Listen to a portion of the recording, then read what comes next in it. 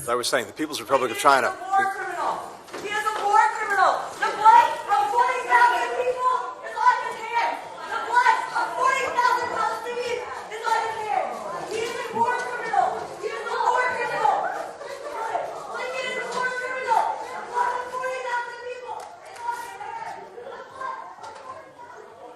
hands. The need for U.S. global leadership and for cooperation with allies and partners has never been greater.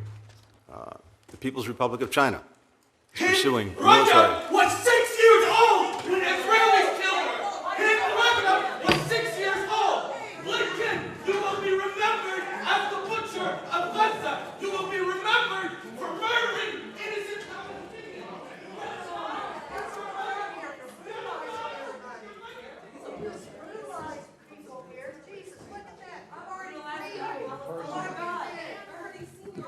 The person, will the officer please remove the person who's making these comments? If anyone who's speaking, please be removed.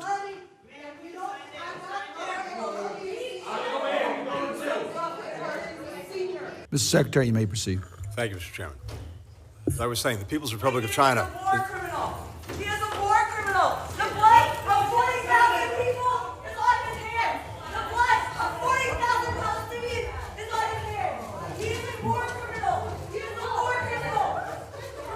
Blinken is a war criminal. The blood of 40,000 people is on his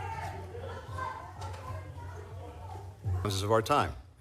The President's FY25 budget. Funding a genocide in Gaza. There have been 7 mass graves outside of hospitals. This is sick. This is deranged. You are a war criminal. Shame on you. You may continue. Thank you. In the Middle East, we're standing with Israel in its efforts to ensure that what happened on October 7th never happens again, as we do everything we can to bring an end to the terrible human suffering in Gaza and prevent the conflict from spreading.